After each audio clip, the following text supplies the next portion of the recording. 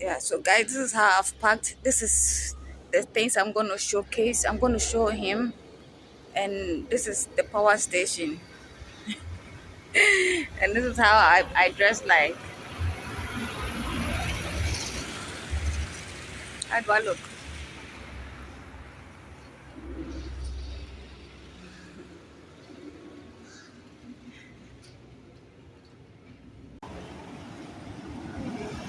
So the police came. They are going to call Elikem. That's them over there. That they are calling the towing car to come and tow me. So I'm here. I'm here waiting. So that's them. They said that they are diplomatic enclave patrols. All this, they started doing it during the time that I was here dying. They started making branches of the police, and I have evidence of the cars, the things that they do, street signs and all this type of stuff in my name. They've entered the house, so I'm waiting for them. I'm waiting. Hi guys, how are we doing? I hope everybody is good. I hope we are ready for 2026. Because me, I'm ready. I'm gonna show you my full outfit so you know how ready I am. I'm currently at Capital. Yeah. And I'm like, why don't I take this time to record? I haven't ordered for my food yet. And the space I wanted, there are some people sitting there. So I'm waiting. But I haven't ordered my food yet. I'm like, why don't I take this time to sit with you and let's talk? Let's talk about what happened. When was that? Yesterday at the embassy. So yesterday I slept, guys. I was sleeping. So I slept. Sometimes, I sleep and something triggers, I wake up, then I sleep again. Like what triggers? For example, those car, you see some of them they come and then they put the horn, like loud horn, so I can wake up. Sometimes I roll from the cover that I'm sleeping on onto the grass, and then I'm like, where am I? Then I wake up and I sleep again. So yesterday, that's what happened. Immediately I woke up and I turned. The policeman was on the phone, standing in front of the embassy, and then I heard him saying, "Yeah, yeah, yeah, yeah. She's sleeping on the grass. She's sleeping on the grass." I was like, "Okay, what's going on?" So obviously it's about me. So what's going on? And then yeah, so what's going on? And then that was when he walked towards me. So he walked towards me. He was on those small phones that they call yam. He was on one of them, and he walked towards me and he's like, "My commander wants to talk to you." And I'm like, "What commander?" He said like, "It's a police commander, so I should talk. It's concerning my visit to the embassy." And I'm like, "Okay, no problem." So I took the phone and then I greeted the commander. It was a woman, and then we spoke. And then she said I've been at the embassy and I'm looking for visa. What's going on? And they are looking for my mother's number, my family, my mother and my father's number so that they can contact them and talk to them. I was like, what the hell?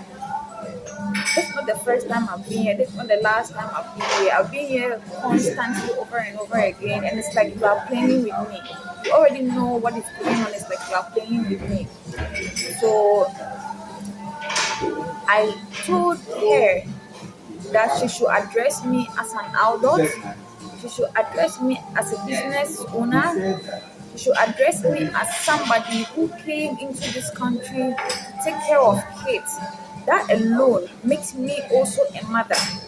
So if there is a problem, you have to address me as a mother, because none of you can sit down and pretend that you don't know that I have come to, even let's forget about all the years of Elizabeth's childhood and the time that she stayed with me and schooled with me.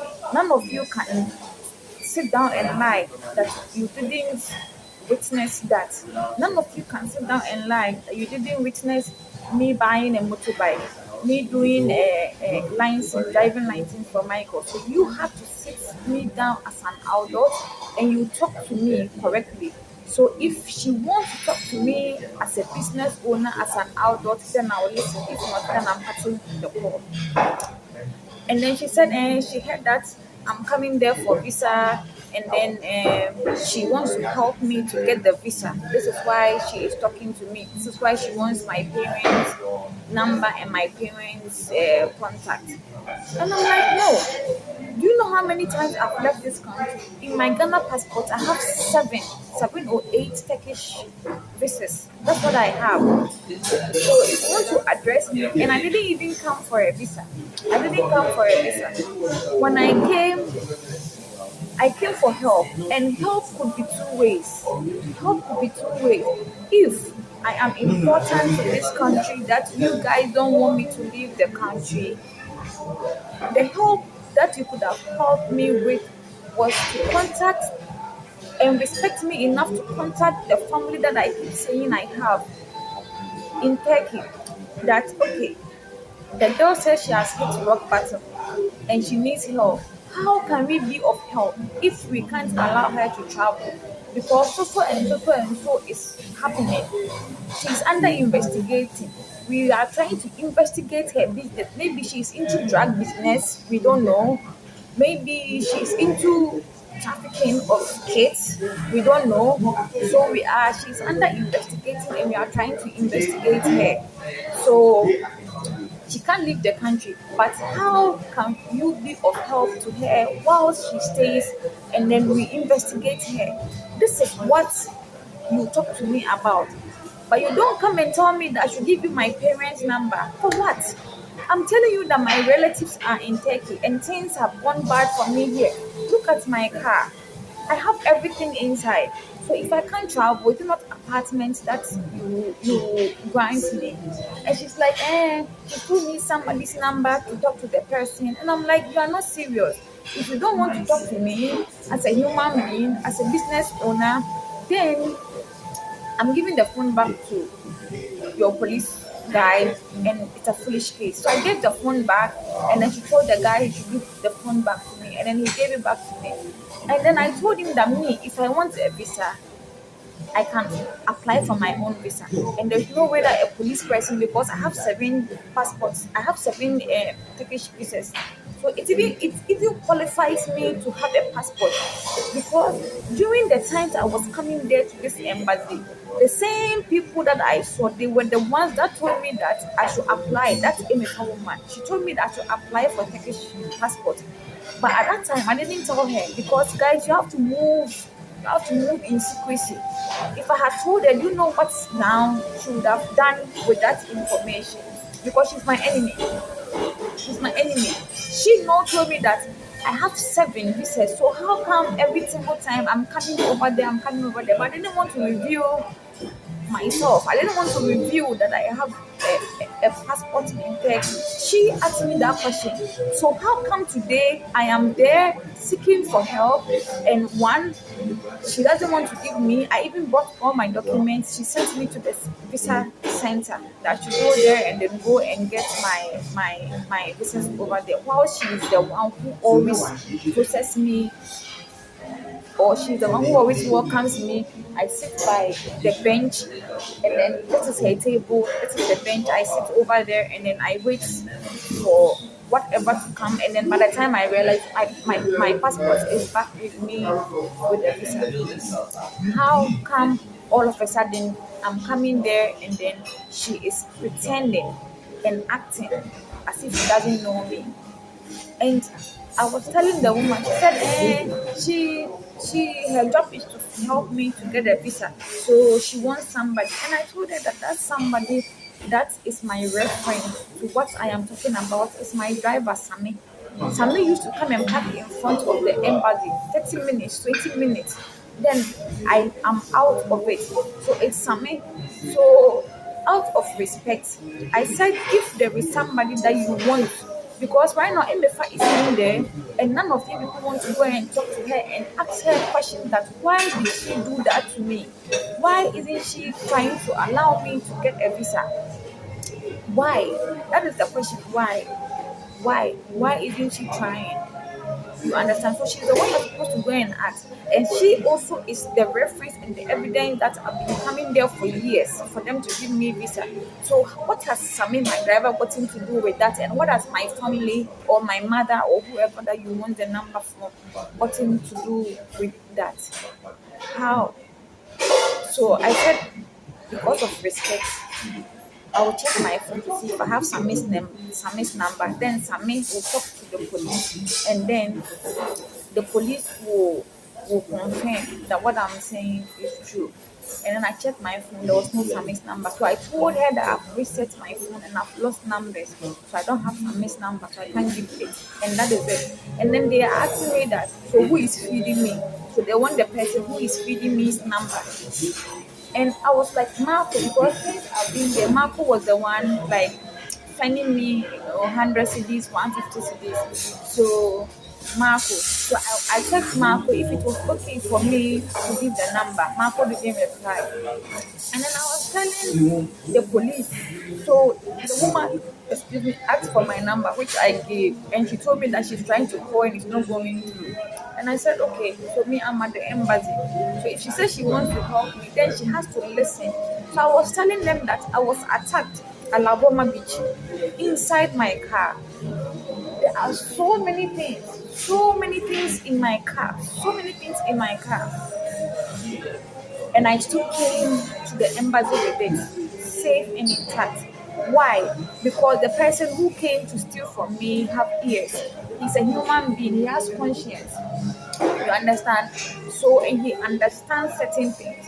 So he listened to me, and then I pleaded, and he listened, and he left. We were both unharmed. So why is it that you are a police officer and I'm talking to you? You are working at the embassy. I'm talking to you, and you don't want to listen, and you are doing your own thing. Why? So me, I cut the call, and then I went back to sleep. No, I went back to lay down a little bit, and as I was laying down, I was like, I'm hungry, so let me go and get some. I have banku and one last indomie. I took 9 pieces of indomie from Elizabeth before I left, and a bag of rice.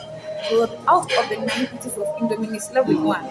So I was like, let me go and get myself some, eggs or fish, because I have one banku. A few days ago, if you've watched my vlog, you know that I ate bamboo. That I went to buy the peppers and then the onions and then the tomatoes and stuff, and I came to make. So let me go and buy fish or eggs. Maybe I can fry and put it on top of the indomie, or I can make the bamboo with the fish with it. So I went to the car, brought out my money. I was counting. I had like I think 9 CDs or 10 CDs, which is enough. You can buy eggs, you can buy fish. So I was counting, and when I turned, I saw the police car coming. So I was like, okay, let me wait and listen to what you have to say. The woman just came, approached me, and said, "What are you doing here? What are you doing here? You have to pack your stuff and leave, or else I'm going to call the towing car. The towing car is going to pack." And I'm like, "You are very, very stupid." That's what I told her point blank. I don't care if you are the commander or whoever you are very, very stupid because you don't use your sense. When I came, you called me concerning an embassy. So why have you come and you are coming to attack me that you are going to call a towing car to come and tow my stuff? If you called me because of the embassy, what are you supposed to do? You come, you approach me, and you ask me, okay, so and so, where is your passport? How may I be of help? Even if you said it on the phone that you want to help me to get a visa, that is what you do. You come and then you ask me that, how may I be of help? Do you have your passport with you? Can I go through your passport? Can I take you to the embassy there, and then we sit down and then we talk and find out what is going on? But then you just come, you come out of nowhere, and you come and say that if I don't leave, you will throw me out. So I was telling him that even the place that I am, I have the right to be there because it was the woman Enclave that allowed me to be there. And throughout the years that I've been coming there constantly with their There are diplomatic cars coming. Guys, can you believe that during the time that I was sitting outside in the sun from morning to evening, not going anywhere during the day, staying in the sun, they will come and pack their diplomatic cars. When they pack their cars, then they will come out with a white envelope, a brown envelope, then they will enter the embassy. I don't know what they will do at the embassy. Then they will come back, sit in their car and leave. Meanwhile, the whole issue, it concerned me. The whole topic was about me. So why will you come, see me there, neglect me, walk straight to the embassy, go and do whatever you want to do over there, come and drive off. And then today, let's forget about all those years. Today you've come back, you've packed your car, and then you are just attacking me directly that I should move my stuff. So go and talk to that woman.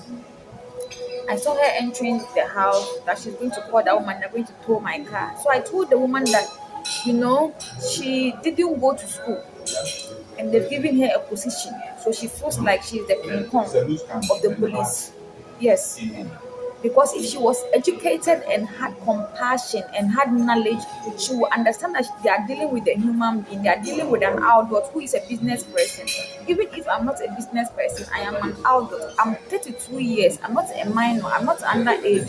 So why do you come and then you come and you disrespect me, you come and you torture me, and you don't fix the problem, and the problem is still there. You don't do the right thing, and then the problem is still there. Why? I've even gone, I have documents in my car that I can bring out and take it to the embassy for visa.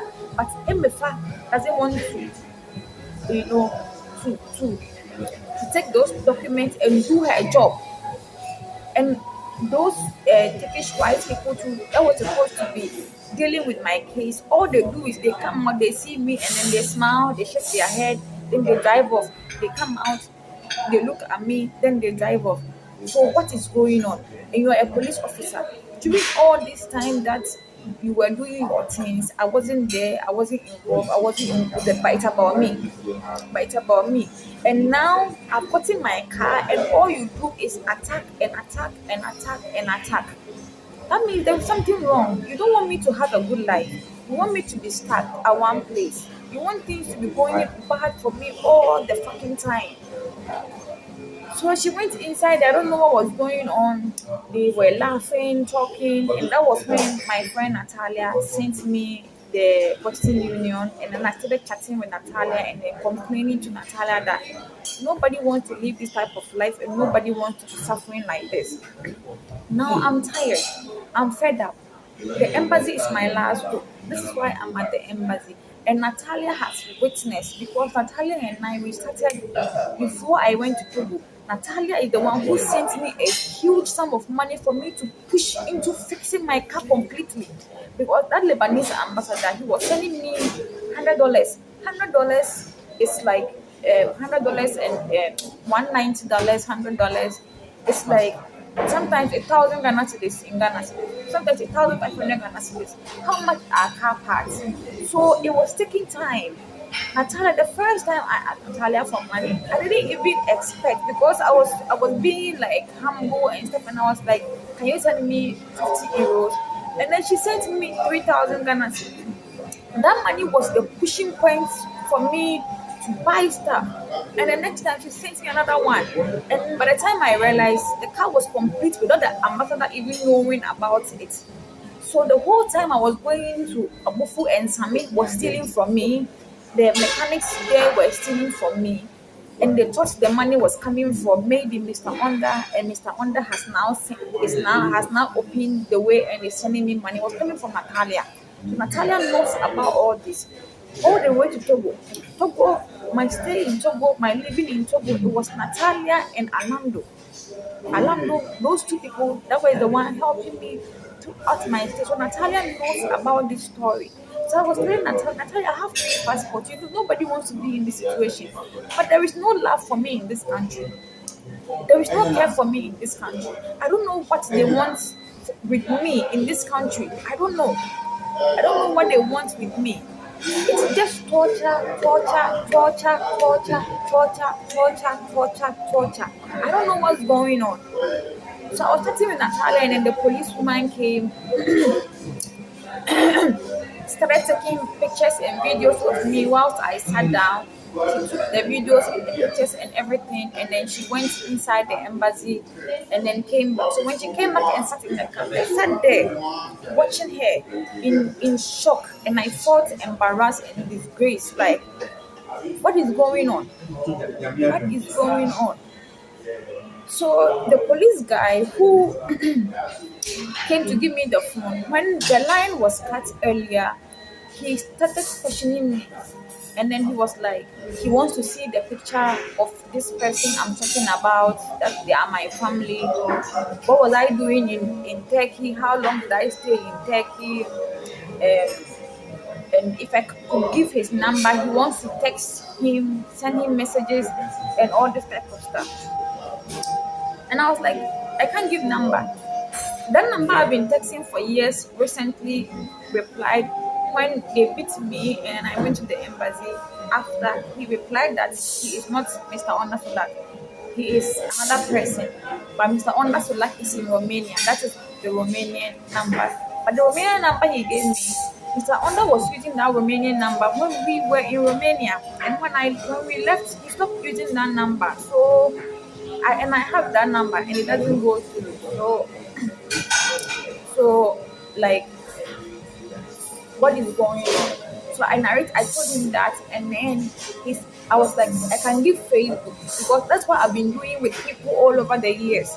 Every place that I've stayed, I go and then I give his Facebook so that they will contact him, because mine, I don't see him on my Facebook. Even Instagram is recently that I saw that his picture has popped up to Instagram. But then when you click on the picture, nothing shows on his Instagram. So I gave the Facebook and then I typed the name, and then truly the police was the witness. There is no Facebook, just his pictures. Just his pictures. And then he saw it and he's like, oh yeah, what you are saying is true. I can see that's him, I can see that's you. Yeah. And then he did the comparison and was like, oh yeah, it's true, it's true. And then I showed him the videos of us playing basketball together, of us at the beach, like under the sea and all this stuff. And then the police was like, oh yeah, it's true, it's true, it's true. And then that conversation was cut. So when the woman came to sit in the car and I was looking at her, she saw me looking at her, and then she called me to come. And then I went. So when I went, the same question that she asked me that, oh my god, I'm just tired. I'm tired of talking about this whole thing. I'm tired of talking about this whole thing. So she took the same thing. And then I was like, I'm a businesswoman. So she told me that, so what work was I doing in Turkey?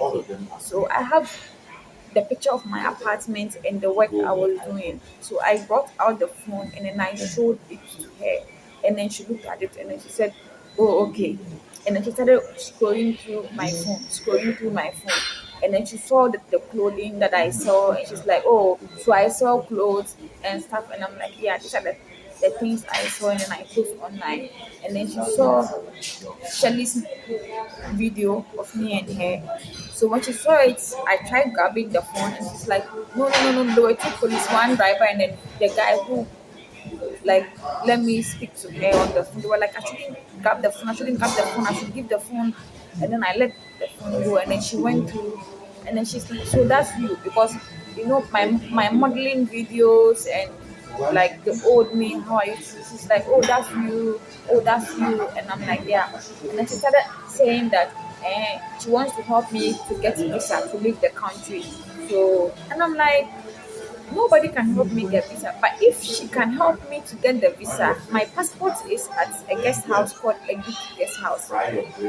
And I'm owing them 6,000 Ghana cedis because I was there and there was somebody paying for it, and then the person stopped.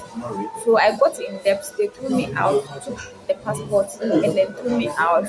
And so the passport is with them. I've been able to pay for some of the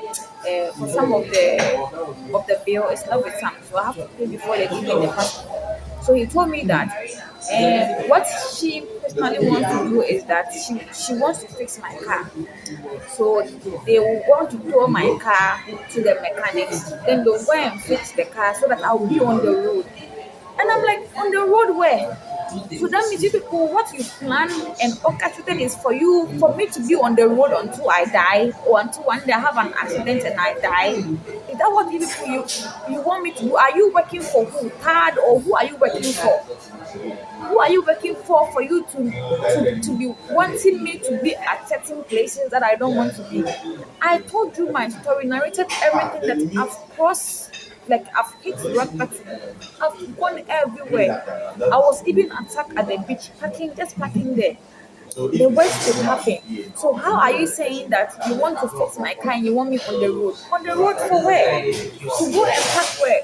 I told him that that tank that he is saying he wants to fix, I called the organizer. I said organizer, I called the mechanic, and the mechanic is telling me that the whole tank is full. I have to buy the whole tank, which is like 2,000 Ghana cedis or so. Do they have money to go and buy that tank for them to fix? She said yes.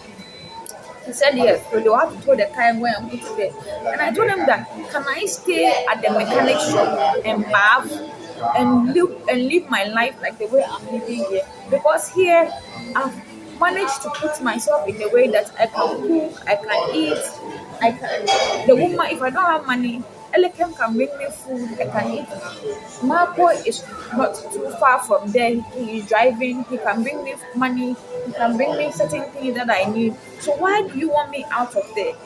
Why do you want me out of there to go and put me at the mechanic? I can't be there at the mechanic. So I'm not going until my friend, the connection guy I said that I have, the connection I had with that guy promised to fix the car. He promised to get me an apartment, and then he left the country. He's also Turkish. He's from Turkey, so he left the country, and then until he comes to come and fix the car, that car is not moving anywhere, because that is where my home is now. And look at me, I'm now back to me, and I'm now looking okay. So why would they want to go and put me there? And then he said, so what about the visa? And I said, if she can go and take the passport from that place, I'll park my car and then I'll leave, because I have apartment in Turkey, I have family in Turkey. So when I get there and it's not right, and I have mouse, so I'll use the mouse. So if I get there and it's not right, I mean, I'm not afraid of shit. I'm not afraid of embarrassment. I'll come back, go to the embassy, take my car, and then I'll leave. That is it. But me personally, right now, I don't want to go to Turkey anymore.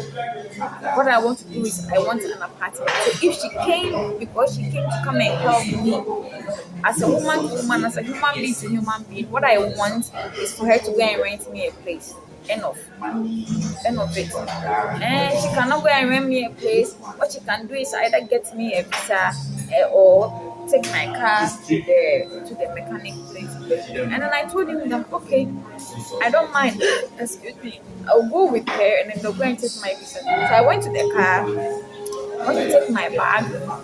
I took my bag, and then I was like, okay. So when she saw the things that I have on the phone, she was like, so do I have some of the things that I saw inside the car? I was like, yeah. And she said, do I sell bags also? And I was like, yeah, I sell bags also. She told me that I should go and bring the bags so that and I went to bring the bags. Guys, these are the bags I went to bring, right? These are the bags. So she took the bags and she's like, these are northern bags. Did I go to Burger to go and buy them? And I'm like, no, I've never been to the north. I have suppliers all over. So wherever I get to, that I wherever, whoever can supply me with stuff. So that's it. And then, guys, I just stood there looking at him, and then I started laughing. I started laughing because I realized that there is no help coming anywhere. It's just a mind game. I started laughing, and I started crying because the pain that I've in. I'm fighting for two men, all these years, and I keep going, coming, at Robin's place. at the embassy, Arabic place at the embassy, and nobody has felt pity. Nobody is really, nobody is really, and it's like all you do is keep poking me, reminding me of stuff, questioning me, and I'm in pain. And you come and I cry, and you feed off my pain.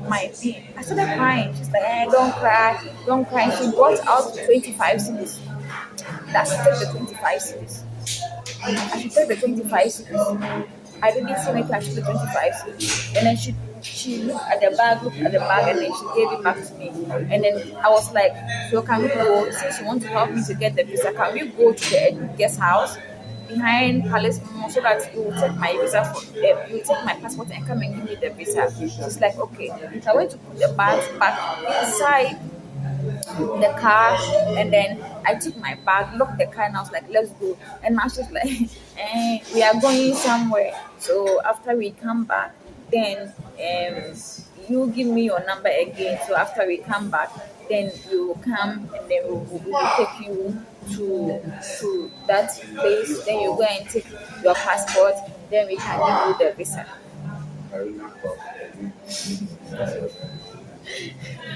That is what she said. And I was like, okay, I'm also going to the bank because Natalia has sent me money. So I said, I'm also going this way. So when you finish with what you are doing, call me and let's go. So I went, yesterday I went to what? Eco Bank. They said no. I went to Stanbic Bank. They said no. So at UBA, that was when I was able to withdraw the money. And at UBA, she called, I picked, and she cut the call. And then I called back, and then she cut the call. She picked, and then she cut the call.